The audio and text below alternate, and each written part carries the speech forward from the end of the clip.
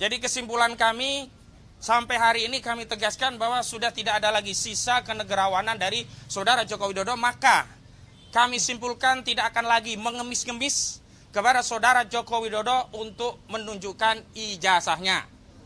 Namun sekali lagi kami tentu saja tidak cukup memiliki keyakinan bahwa hal itu akan dipenuhi oleh penyidik Polda Metro Jaya. Mengapa? Karena hari ini kebijakan dari institusi kepolisian yang kita cintai ini alih-alih teguh dan konsisten mengikuti hukum, asas, prosedur, dan substansinya, tetapi berulang kali menunjukkan anomali-anomali bahkan kontradiksi. Kita lahir dan dibesarkan negeri ini bukan hanya milik polisi, negeri ini bukan hanya milik jaksa, negeri ini bukan hanya milik Saudara Joko Widodo, tapi negeri ini adalah milik kita segenap rakyat Indonesia. Waalaikumsalam. Terima kasih kepada rekan-rekan media yang sudah memenuhi undangan kami dan juga seluruh rakyat Indonesia yang kami yakini juga mengikuti perjuangan kami dalam rangka membongkar ijazah palsu ini. Yang pertama kami ingin sampaikan bahwa kehadiran kami di sini mewakili klien kami Pak Roy Suryo dan kawan-kawan atau lebih sering disebut dengan Roy Suryo CS dalam rangka memenuhi undangan gelar perkara khusus yang disampaikan oleh penyidik Polda Metro Jaya. Gelar perkara khusus ini juga tidak lepas dari apa yang kami mohonkan. 2 kali kami mengajukan permohonan gelar perkara khusus.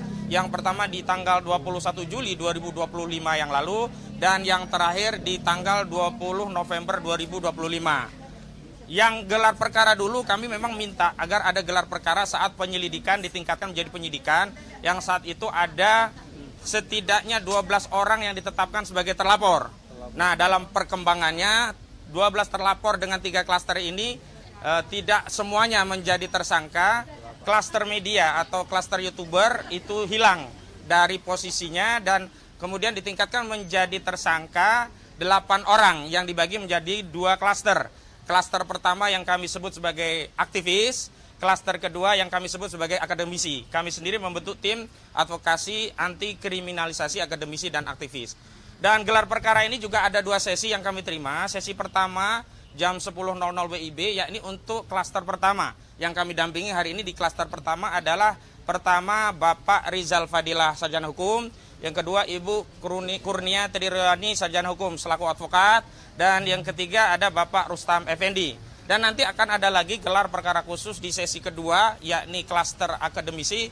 Ada Pak Rosuro dan Pak Rizwan Sianipar yang kami dampingi.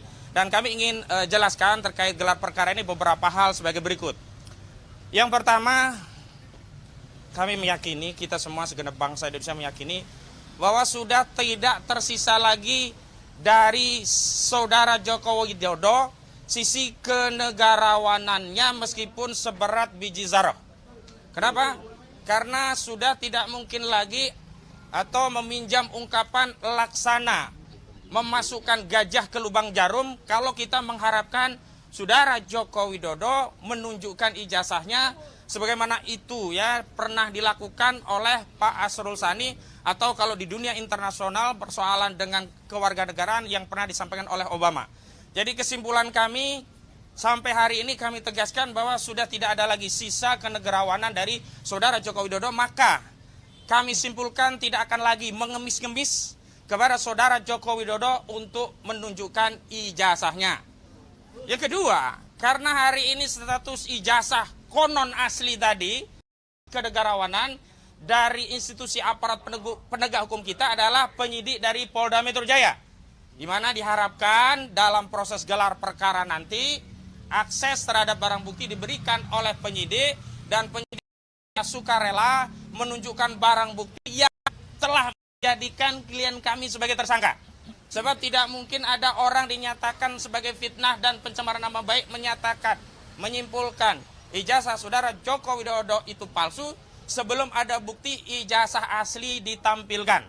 Dan sebenarnya dalam konteks pemeriksaan umum, biasa saja seorang penyidik menunjukkan barang bukti yang telah disita untuk meminta keyakinan sekaligus memastikan orang yang mau diperiksa apakah sudah melihat atau belum. Pada faktanya saat pemeriksaan Bapak Rizal Fadilah, Ibu Kurnia Triryani, keduanya telah meminta kepada penyidik untuk ditunjukkan, tapi saat itu tidak diberikan akses dengan alasan bahwa ijazah tersebut masih disita oleh Polda dan diperiksa Bareskrim di bagian Puslapor Bareskrim Mabes Polri. Kami harapkan hari ini sudah tidak ada alasan lagi.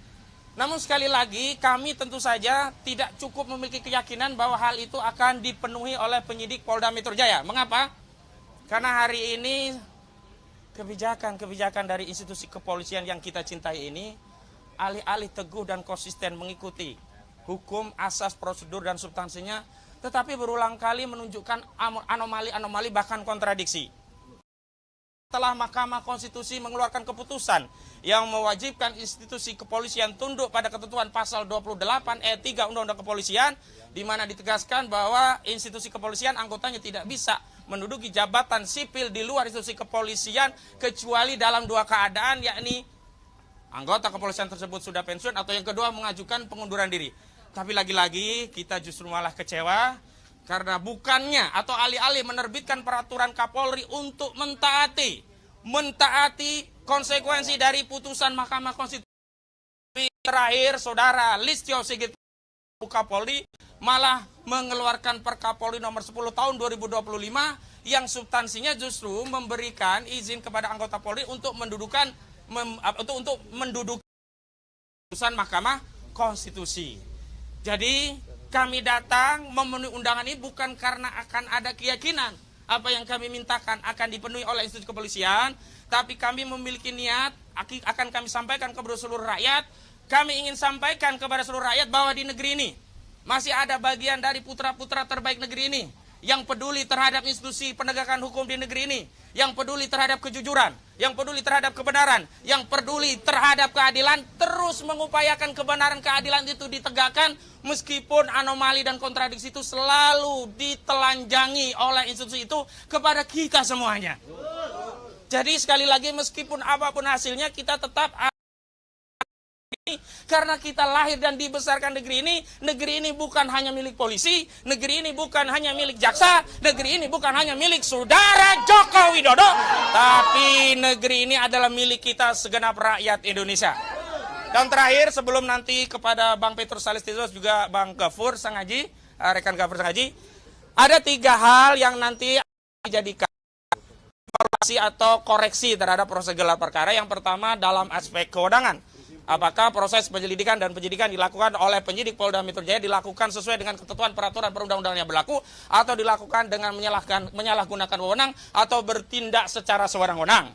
Kedua, kami akan cek dari sisi proses dan prosedur. Apakah proses, tahapan, dan prosedur sudah dilakukan sebagaimana diatur dalam ketentuan peraturan perundang-undangan, tidak melanggar asas-asas hukum pidana, dan tentu saja kalau melanggar ini akan menjadi catatan daripada cacat prosedur. Dan terakhir terkait substansi, memang kami ingin agar secara substansi masalah yang bikin gaduh seluruh rakyat, yakni ijazah itu bisa ditunjukkan dalam proses gelar perkara. Dan terakhir, ada sejumlah anomali dan kontradiksi yang ini perlu kami sampaikan agar publik tahu.